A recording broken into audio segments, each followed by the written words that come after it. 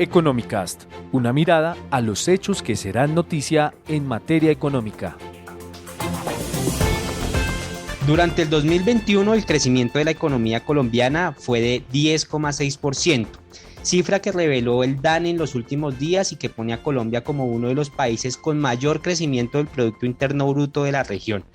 Se trató del dato más alto de la historia del país desde que existe registro y una noticia alentadora y positiva en medio de la incertidumbre en varios frentes. Pero, ¿cómo analizar este dato? ¿Qué viene para Colombia tras haber consolidado un crecimiento económico de 10,6%? ¿Qué sectores y qué actores de la demanda jalonaron el dato y cómo hacer que esta cifra se refleje en el nivel de vida de los colombianos? Soy Javier Acosta, periodista de Portafolio, quien junto con nuestros invitados, Francisco Azuero, profesor de la Facultad de Administración de la Universidad de los Andes, y Camilo Durán, economista senior de Credit Corp Capital, abordaremos y analizaremos el tema en este episodio de Economicast, el podcast de Portafolio. Bienvenidos a los dos, ¿cómo están? Profesor, Camilo, bienvenidos. Hola Javier, muchas gracias por la invitación a ti y a Portafolio. Un gusto saludar también al profesor Francisco. ¿Cómo está Javier? Muchas gracias. Camilo, un placer estar aquí con usted también. Bueno, profesor, comencemos con usted para hablar un poco sobre los actores de la demanda que jalonaron el dato. ¿Cuál considera usted que fueron esos principales actores que movieron la economía al 10,6%?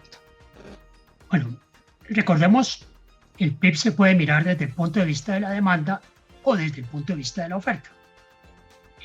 Javier me pregunta desde el punto de vista de la demanda. La demanda se descompone básicamente en el consumo de los hogares, el consumo del gobierno o la inversión que hace la economía, tanto pública como privada. Miremos estas cifras simplemente y las presento en pesos corrientes porque nos ayuda a entender un poquito la magnitud de esta situación. El consumo de los hogares el año pasado creció el 19,6% con relación a 2020.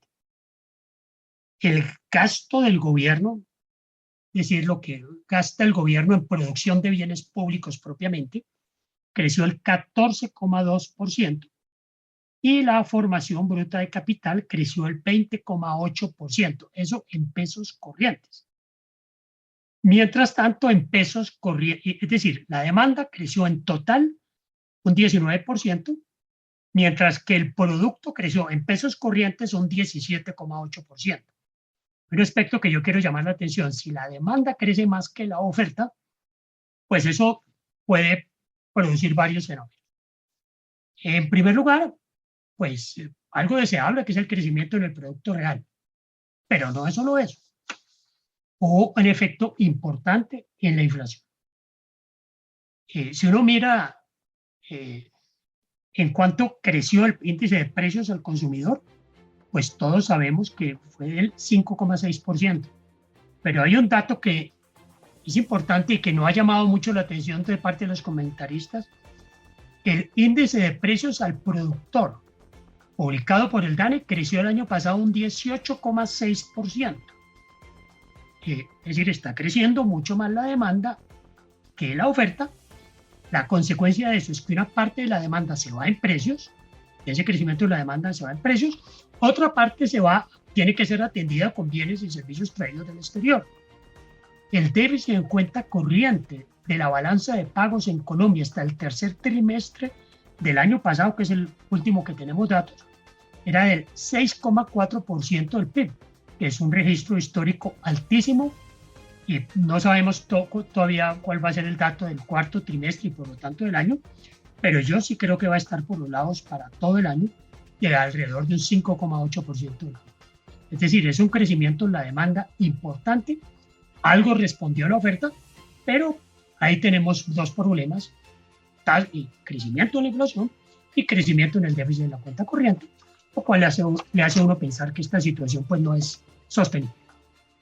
Camilo, quiero preguntarle a usted sobre el tema de los sectores que más crecieron. ¿Cuáles fueron aquellos sectores que jalonaron este dato y lograron llevar a la economía al 10,6%? Muy bien. En línea con lo que comentó el profesor Francisco de la dinámica del crecimiento desde el lado de la demanda, impulsado principalmente por el consumo de los hogares, pues en la oferta desde el lado de los sectores productivos se observó una dinámica, un comportamiento consecuente a lo que se veía en esa demanda, ¿no? Y pues los sectores que más crecieron o más rápido se recuperaron después del choque inicial de la pandemia estuvieron principalmente asociados al comercio y a algunos servicios que empezaron sobre todo a reactivarse a partir del 2021 y desde el segundo semestre del 2020. También se vio un muy buen comportamiento de las industrias manufactureras, sobre todo el año pasado y en particular en el segundo semestre del 2021, después de que atravesamos el choque del paro nacional entre el primer y segundo trimestre del 2021.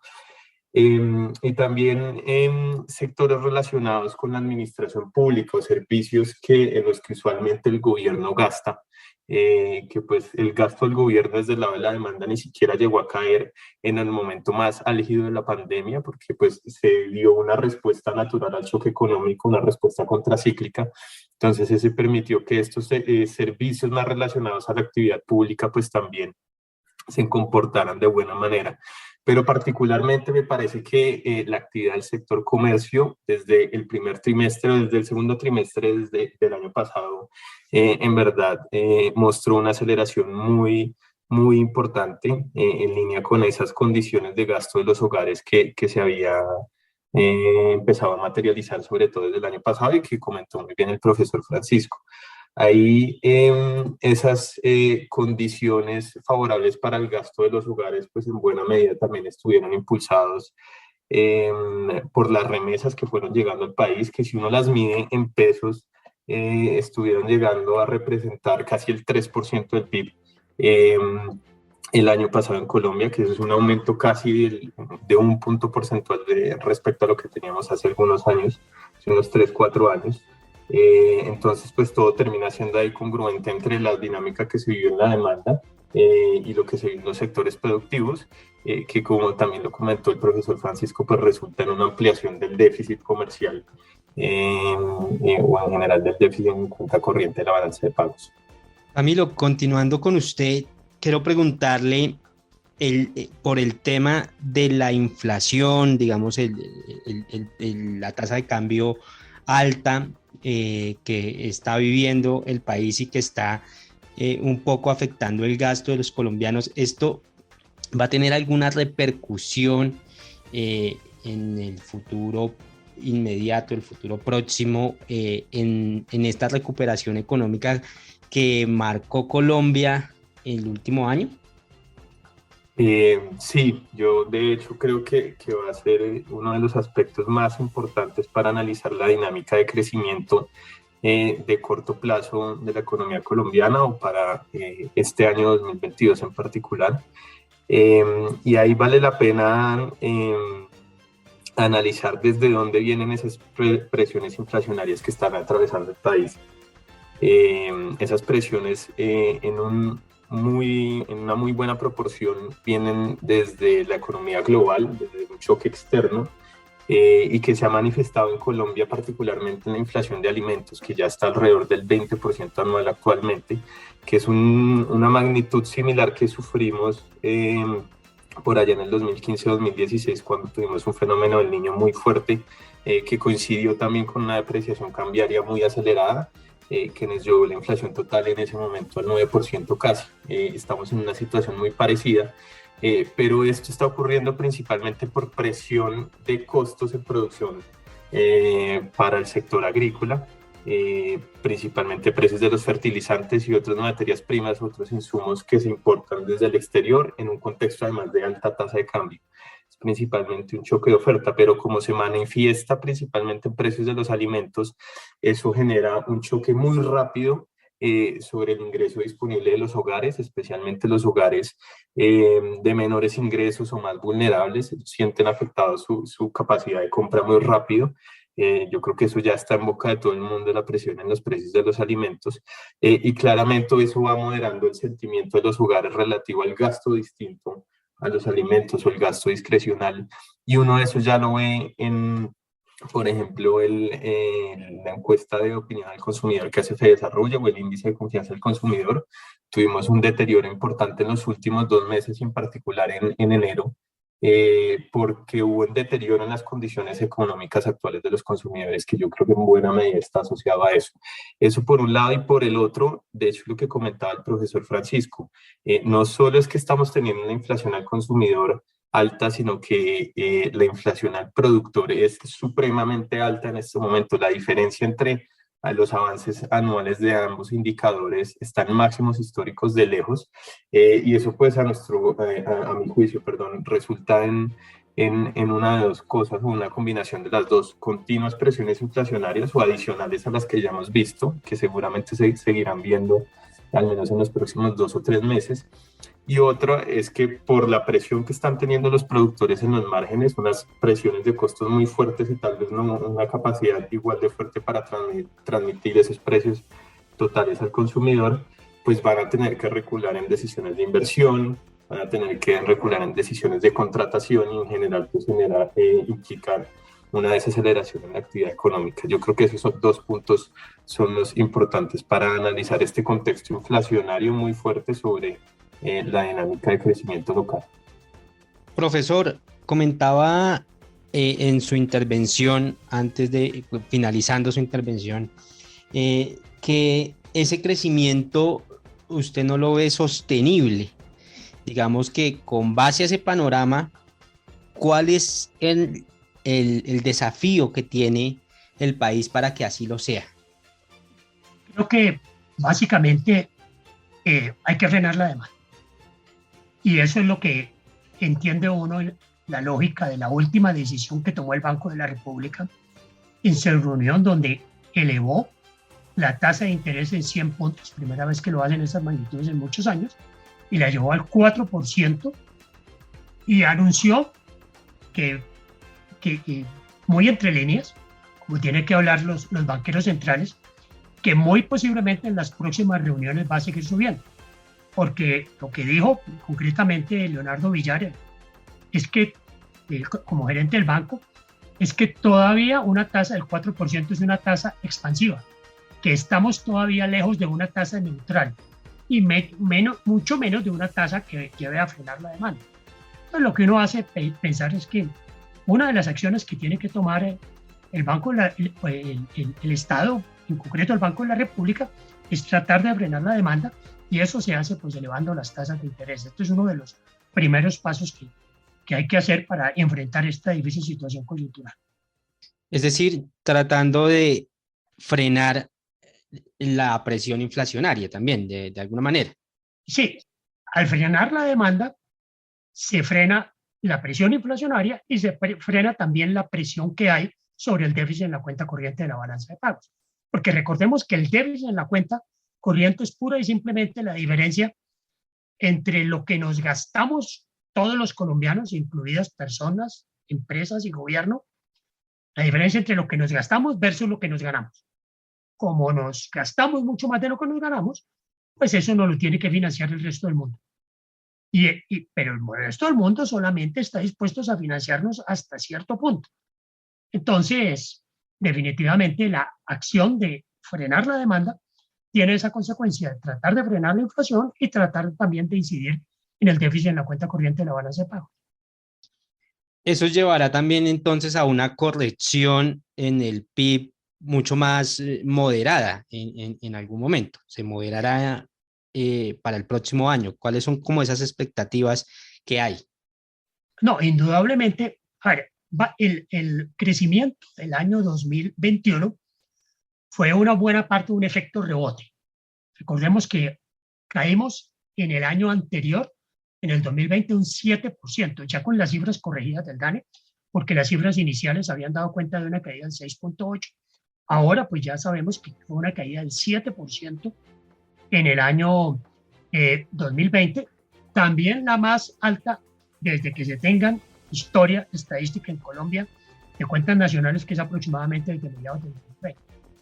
Entonces, parte del crecimiento del 2021 fue un efecto rebote. Entonces, pues obviamente el efecto rebote se agota. Pero por el otro lado, estamos teniendo esas presiones de inflación y esas presiones de déficit en la cuenta corriente de la balanza de pagos, pues que tienen que corregirse. Y la manera de corregirlo es frenando la demanda.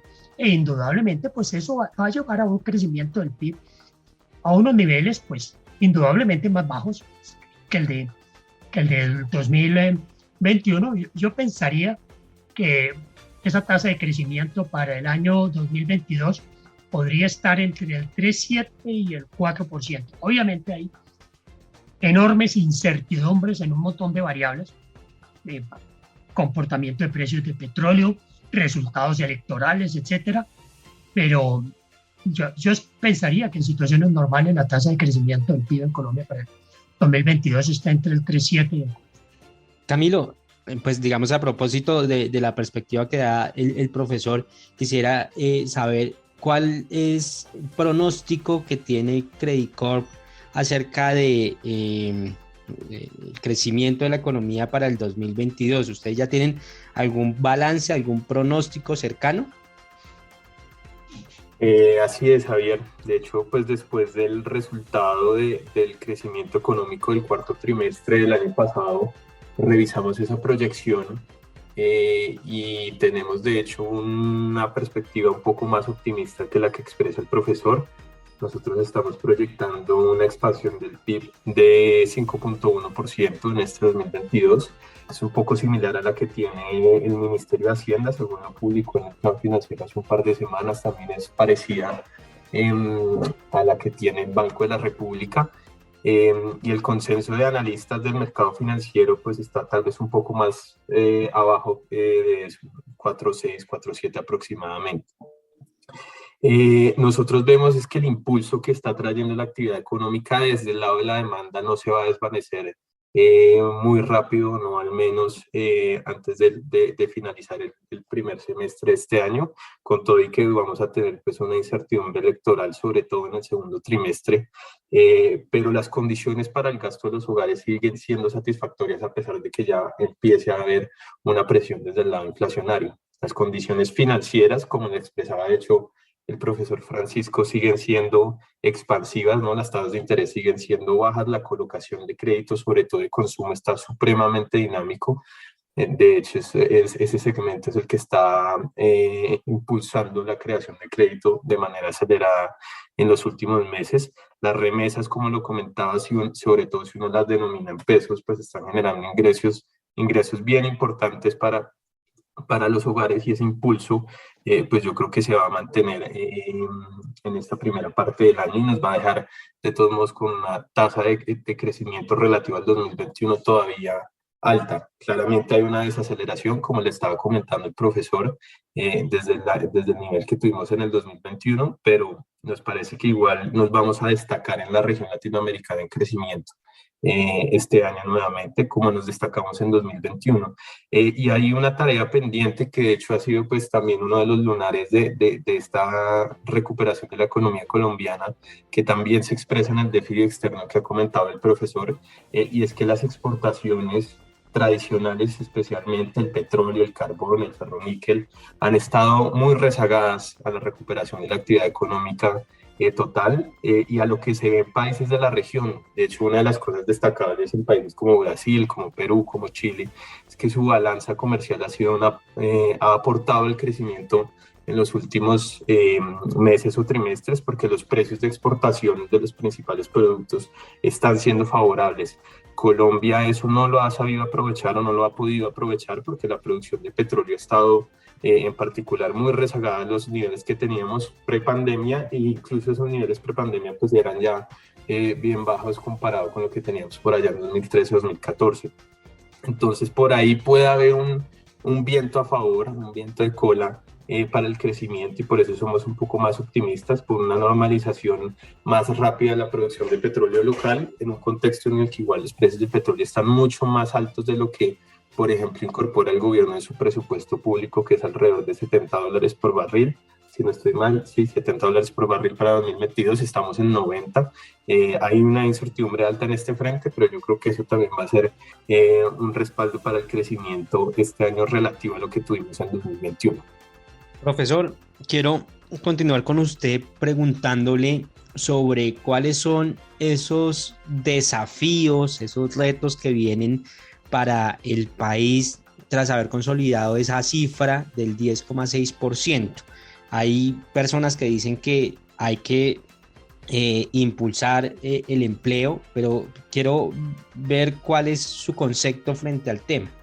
Sí, los grandes desafíos que tiene el país, por lo menos en lo que tiene que ver con el corto plazo, porque en el largo plazo ya estamos hablando de temas más estructurales como lo de mejorar el mercado laboral para generar más empleo, pero en los temas coyunturales específicos, los grandes desafíos que tenemos son el déficit en la cuenta corriente de la balanza de pagos, la inflación y la situación fiscal. Esos son los tres problemas que tiene que enfrentar el país en estos momentos. Un punto con relación a lo que mencionaba Camilo respecto al efecto de las remesas y al efecto de los buenos precios del petróleo y del carbón. Quiero hacer mención a que las remesas y los buenos precios no se reflejan directamente en el PIB. Fíjense ustedes que la explotación de minas y carteras, que es donde está la producción de carbón y de petróleo, el año pasado solamente crecieron el 0,2%, porque, entre otras cosas, cayó la producción de petróleo. Cuando se habla del PIB real, estamos midiendo o barriles, o toneladas, o metros, según las unidades físicas. Entonces, por eso creció poquito. El mejoramiento en los precios del petróleo no se ve en las cifras del PIB directamente, sino se ve en otra cifra que desafortunadamente pues el DANE no produce, que es el ingreso nacional. Yo he hecho mis particulares cuentas sobre el comportamiento del ingreso nacional. Encontré que el ingreso nacional cayó el 11,7% en el 2020, pero subió en el 15,8% en el 2021. Entonces el ingreso pueda que crezca, y si se mantienen los precios del petróleo, pues muy bueno, eso lleva a crecer ese ingreso nacional, que genera unas condiciones para el incremento en la demanda y para el incremento en la inversión. Pero de todas maneras, si no aumentamos los barriles de petróleo extraídos y producidos, pues el PIB petrolero va a caer. Así los precios del petróleo aumentan. Esa es la paradoja que existe en el comportamiento de la cifra. Camilo, le traslado la pregunta a usted. ¿Cómo reflejar el crecimiento en la vida de los colombianos, en la calidad de vida de los colombianos? ¿Cómo hacer para que ese crecimiento lo vea todo el mundo? Bueno, eso es uno de las preguntas tal vez más recurrentes que se pueden dar en este tipo de discusiones del PIB. Y pues tal vez el canal tradicional o más obvio sería, ¿no?, el mercado laboral. Y ahí conecto un poquito también con la pregunta que le acaba de hacer al profesor. Y es que tenemos unos retos de corto plazo muy apremiantes, pero que a veces necesitan, o no a veces, de hecho requieren pues de soluciones estructurales para que realmente veamos un avance importante en esos factores, y el mercado laboral es uno de ellos claramente. En esta recuperación de la actividad económica en 2021, el nivel de producción de bienes y servicios de la economía colombiana ya sobrepasó por un amplio margen los niveles prepandemia, más del 7%, según las cifras del DANE de hace algunos días, pero el nivel de empleo, la cantidad de gente que está empleada en este momento en Colombia, contando formales e informales, no ha llegado a los niveles prepandemia. Está todavía casi 1 millón de trabajadores por debajo de esos niveles, y además esos niveles prepandemia no es que fueran particularmente buenos. Colombia llevaba unos 3, 4 años sin estructuralmente crear nuevos empleos después de la caída de los precios del petróleo en 2014.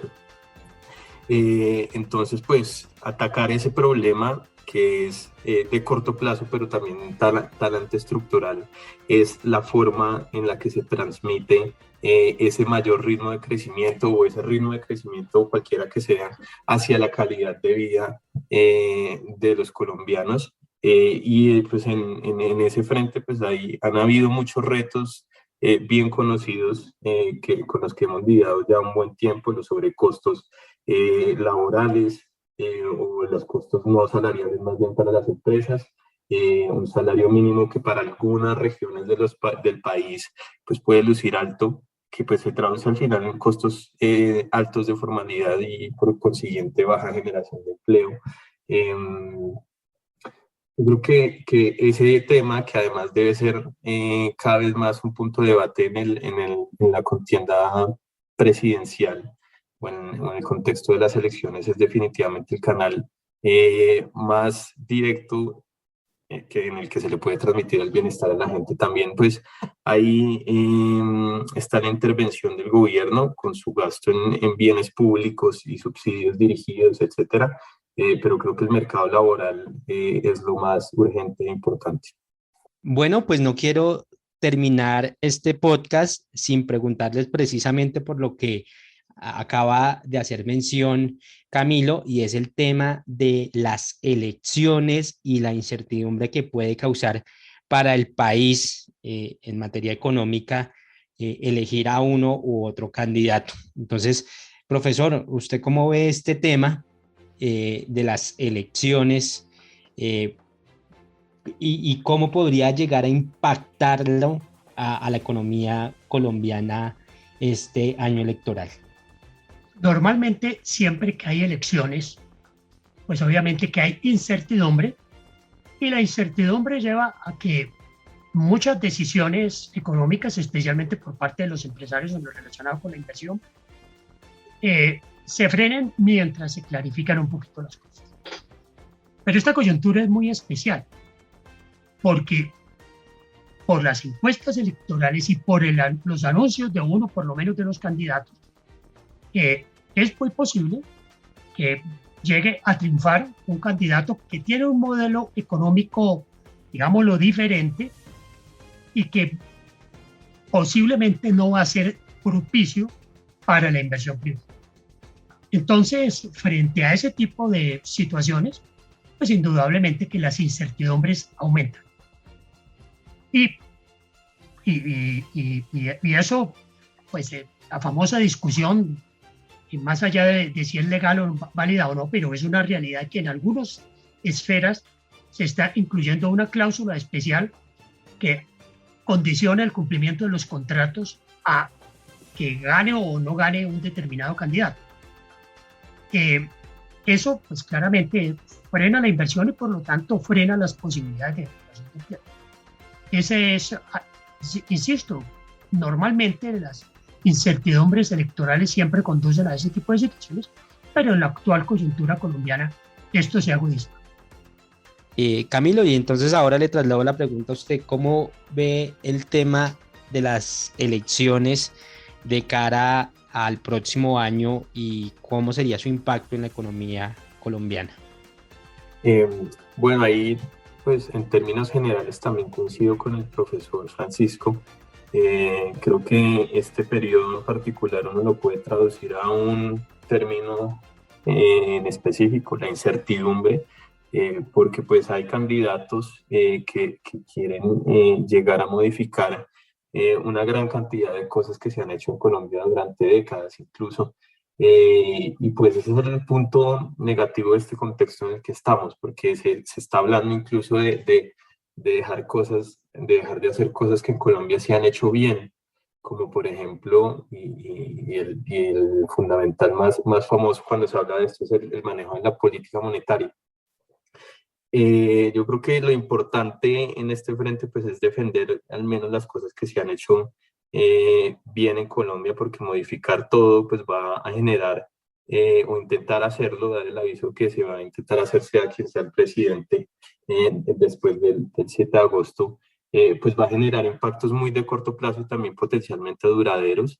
Y si uno compara lo que está pasando con otros países de la región, particularmente Perú, cuando se llegan con esas ideas, en el mejor de los casos, lo que se puede esperar para el país son 4 años perdidos o de estabilidad total, de baja inversión, baja creación de empleo.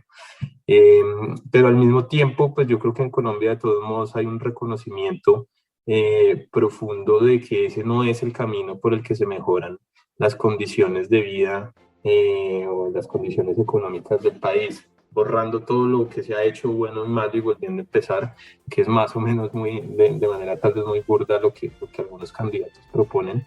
Y teniendo en cuenta ese reconocimiento, pues yo creo que también cabe el espacio para ser un poco optimistas, porque pues acá hemos construido de todos modos un legado ya durante décadas de manejo serio, de manejo ortodoxo en algunas partes del manejo macroeconómico de Colombia. Yo creo que eso no está perdido y todavía hay unas defensas importantes para evitar que demos un timonazo muy fuerte en el modelo económico que tenemos, como ocurre a veces de manera muy recurrente en países de la región.